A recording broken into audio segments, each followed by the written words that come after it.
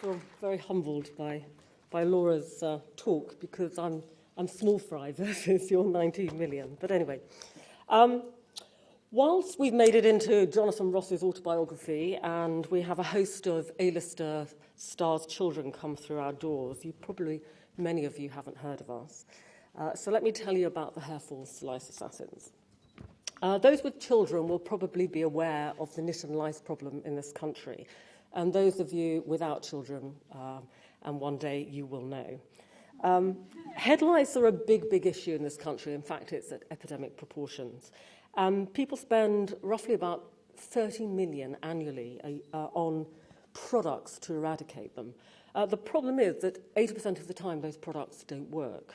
And that consistently, therefore, fails the consumer. For me, that failure was an opportunity for innovation, and the HairForce is a knit and head lice removal service. There we go. We clear any knit and head lice infestation for you, taking that onerous workload off your hands. We operate the HairForce Lounge, we do home visits, we go into schools, and we currently cover the London area, although we have clients from all over the country who come to us. Lice assassins, we have 13 so far, clear the hair in the safest, greenest, and the most effective way possible by hand, without the use of any chemicals or treatments. So unlike the products, lice cannot become immune to what we do. A lice assassin uses an interesting combination of tools. They use lice hoovers, medical magnifying visors, lighting, which is like dentist lighting, specialist tweezers, lice combs, skill, and a highly calculated process to clear the infestation. In addition, I've made this brand deliberately glamorous and fun. From the chairs you sit in, from the entertainment we offer throughout, from the ambience and the decor of the HairForce Lounge, to the logo and the Barbarella-style uniforms that the lice assassins wear. Journalists often say to me, you've made lice sexy. And it's kind of very confusing to everybody. But the whole thing was totally deliberately done. And it's about giving permission to throw off that stigma and to actually feel good about finding an intelligent solution to a problem that often destroys kind of the harmony of the home. Another part of the brand is our social employment policy, and what Laura says resonates in me. We're about bringing women back into the workforce by giving them very flexible part-time employment, giving them the opportunity to do socially interesting work that fits around all the other needs in their lives, all the other responsibilities they have. So of my lice assassins, I've got some who haven't worked for years and years because they couldn't find interesting, flexible work, and so we brought them back into the workplace. Mums and children who've been checked or cleared at the HairForce Lounge often ask me, how did I come up with the idea? I'm a big fan of making it up. I think that's what we do as entrepreneurs. My long career in advertising was just based on that, actually, insight, ideas, and finding creative solutions to problems. And as a mum, I was aware that there was a problem. I listened to other mums, I could see it in my own children's classes. And as a trained ideas person, I couldn't help but find a solution. I'm also a big fan of keeping it simple. I think that is an important discipline. And the HairForce is all these things. It's a simple, creative solution to a very real problem. I emphasize the creative because my brand, how I've named it, how I've clothed the HairForce, is very important to a success. It's key to the success. In your consideration of ideas and solutions, do not forget the importance of that part of the equation. And if you don't know how to do it, then find somebody who can help you understand it and help you do it. The HairForce Lice Assassins has been out there for nearly 2.5 years now. And despite a little credit crunch kick, it's been growing quite steadily. We've got 13 lice assassins, an effective track record, customer loyalty, and a healthy word-of-mouth recommendation.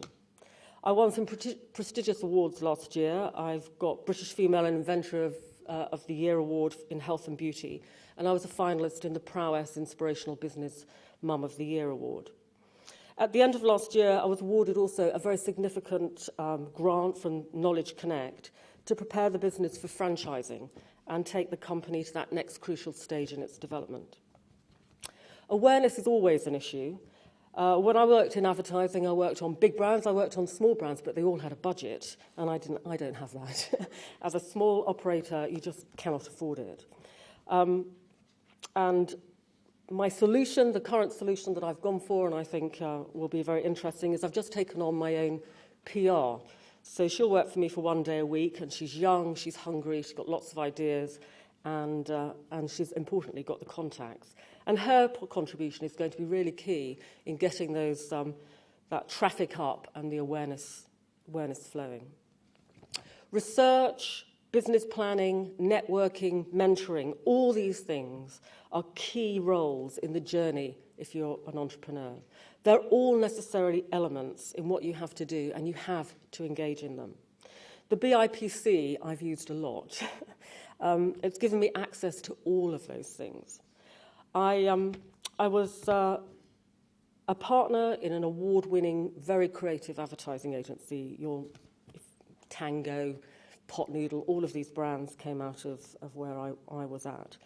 And even though I had that experience, even though I was running ad agencies, I went to events on advertising at this place.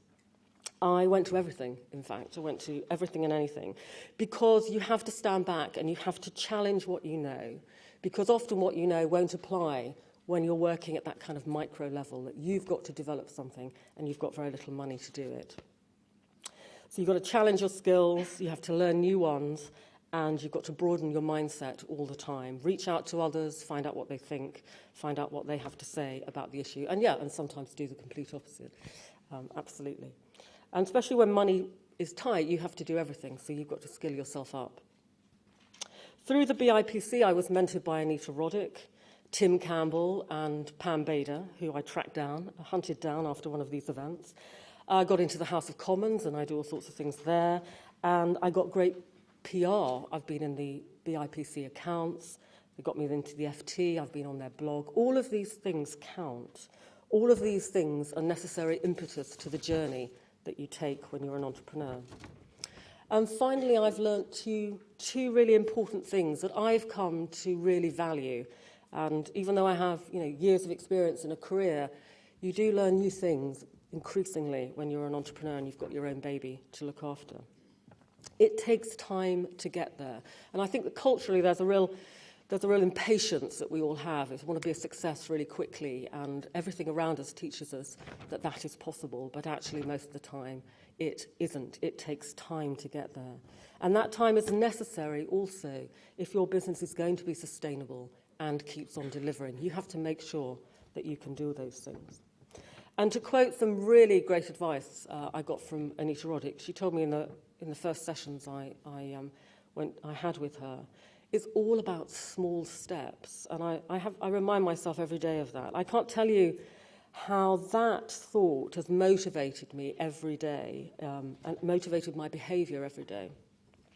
Understanding that means that you value all of your actions, and also you value how they're connected, and that you have to keep going, that you have to keep every day moving it on a little bit. Nothing is just successful.